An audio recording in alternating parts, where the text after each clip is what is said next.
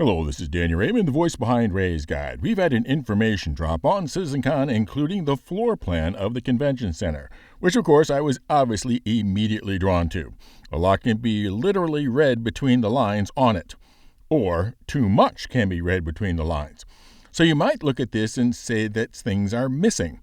For example, you might look and say that there is no space where, like at previous CitizenCons, there is a hands-on area like the Pyro Playground, where there were banks of computers where we got our first personal experience with Pyro. Not having such a space at this year's CitizenCon would be a letdown. Except if you look at the full Manchester Central venue map, you see that there is more than what is shown on the CitizenCon map.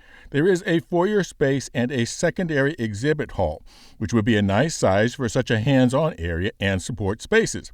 Having the hands-on area not be part of the main exhibit space has advantages that they could have separate lighting and they can set up and test outside of the prying eyes of thousands of convention attendees.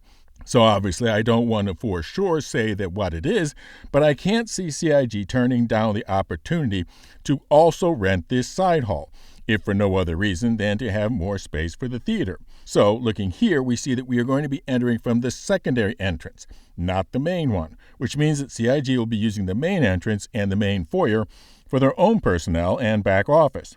From there, we will be entering through a set of rooms which will contain 4 food vendors and the merch table.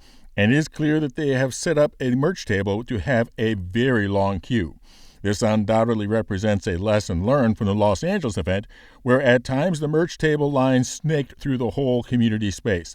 This layout also makes possible they're opening the merch area before the rest of the convention hall, or keeping it open later, which would also be a good thing since at Los Angeles people had to decide between staying in the merch line or attending the actual presentations. Then we get this interesting tidbit. We aren't going to be in Pyro at this CitizenCon decor, but in the Bengal-class carrier, the UEES Barbary, which is the name of the ship that toured the Stanton system during the last Invictus launch week. But I take this as a serious confirmation that the primary focus of this year's CitizenCon will be Squadron 42 and not 4.0.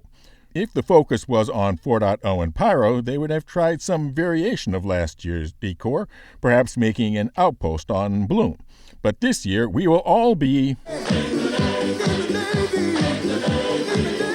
And then we move into the main hall with its huge vaulted ceiling, and it looks like you can make an immediate left to the theater, but straight forward, you'll be in this area called the hangar, which will be the main lounge area of the show.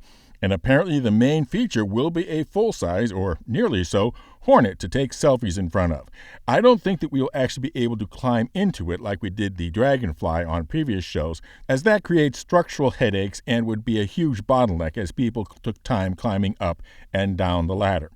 There appears to be some sort of information booth type structure in the middle of the room, and at the far side another refreshment stand separate from the ones in the gallery. Also, apparently expecting a significant length queue there. To the right is the community booth area, called the Community Hold, with 10 fairly substantially sized booths, or some of them might be shared.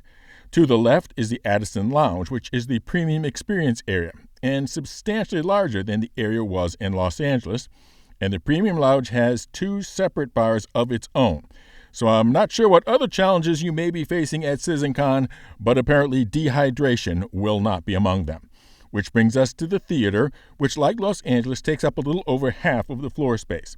And if the plan is accurate, it looks like they're going to be going with a narrower and deeper theater and shape rather than the shallower and wider theater with multiple video screens. I'm not sure there's a lot to be read into that other than simply the shape of the space.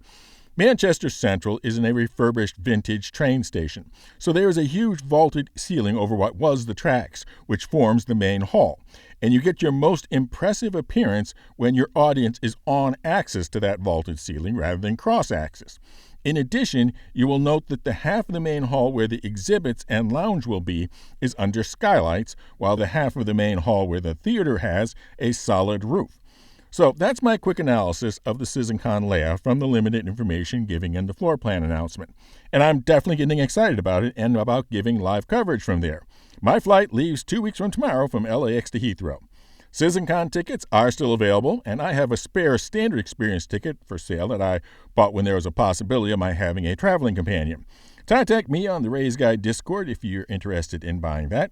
Also, there is time to join the See You at CitizenCon membership level to get your chance at the colossal cargo container carrying craft, the Hull C, plus our regular Grow the Channel ship giveaway for the Zippy Zazzy Zaptig Zephyr, the Zeus 2 cargo, which if we were getting the last few subscribers, I will also be giving away at the end of CitizenCon. And farther along, the marvelous multiplayer multi-role mining meta, the Arasta. 1 entry per video, be a member for automatic entry with each video, or subscribe and comment with the secret word.